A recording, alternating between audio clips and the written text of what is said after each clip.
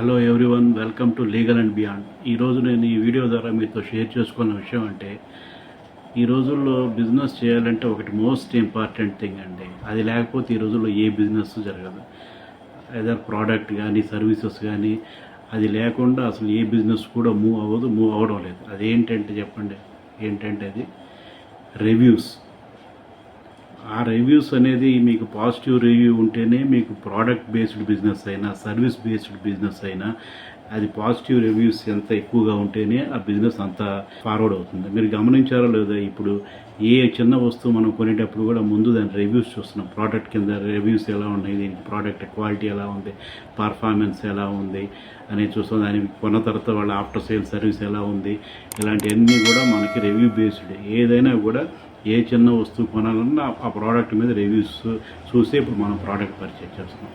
అట్లాగే సర్వీసెస్ కూడా ఐదర్ డాక్టరే కానీ, ఆస్ట్రాలజరే కానీ, లాయర్సే కానీ, ఎవరైనా కానీ ఆ సర్వీసెస్లో కూడా వీళ్ళు ఎలా చేస్తున్నారు, వీళ్ళ సర్వీసెస్కి ఎంతమంది పాజిటివ్గా రియాక్ట్ అవుతున్నారు వీళ్ళు అనేది దాన్ని బేస్ చేసుకునే బిజినెస్ అనేది ఇంప్రూవ్మెంట్ కానీ లేకపోతే పడిపోవటం కానీ జరుగుతుంది. సో టోటల్గా ఇప్పుడు మనకి బిజినెస్ అంతా, ఎంటైర్ బిజినెస్ అంతా ఈ రివ్యూస్ మీద ఆధారపడింది.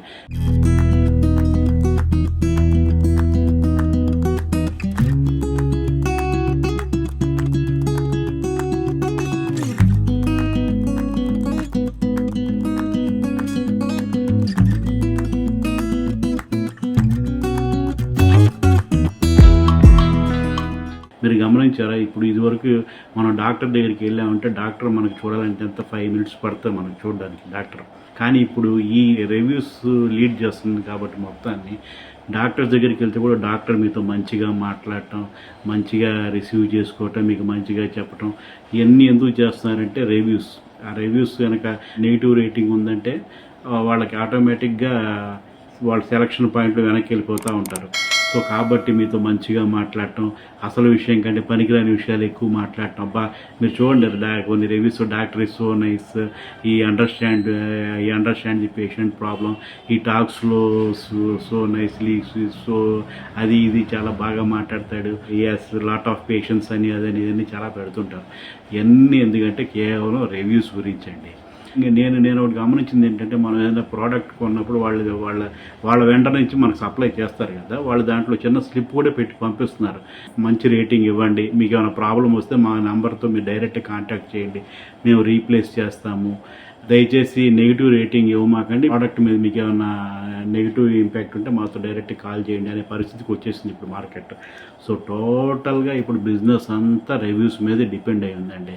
సో కాబట్టి మనం మనుషుల యొక్క కదలికల్ని, మనుషుల యొక్క ఉనికిని సీసీ కెమెరాలు ఇవన్నీ ఎలా మానిటర్ చేస్తున్నాయో అలాగే ఇప్పుడు బిజినెస్ కూడా ఈ రివ్యూస్ అనేది మస్ట్ అయిపోయింది.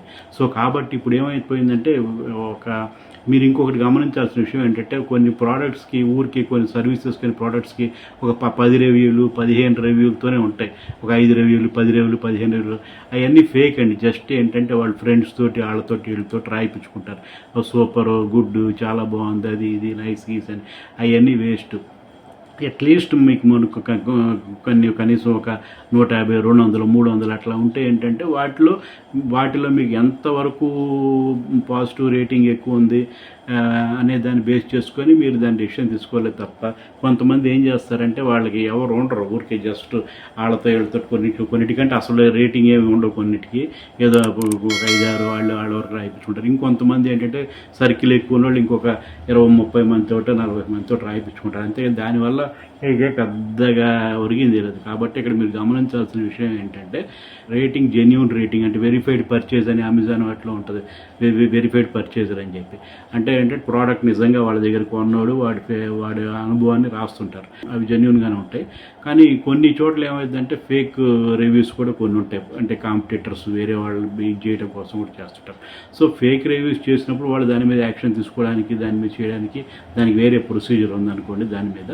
బట్ ఏంటంటే ఇప్పుడు నేను మీకు చెప్పాలనుకున్న విషయం ఏంటంటే, మొత్తం రివ్యూ బేస్డ్ బిజినెస్, మొత్తం రివ్యూసే, ఇంకా ఏం లేదు.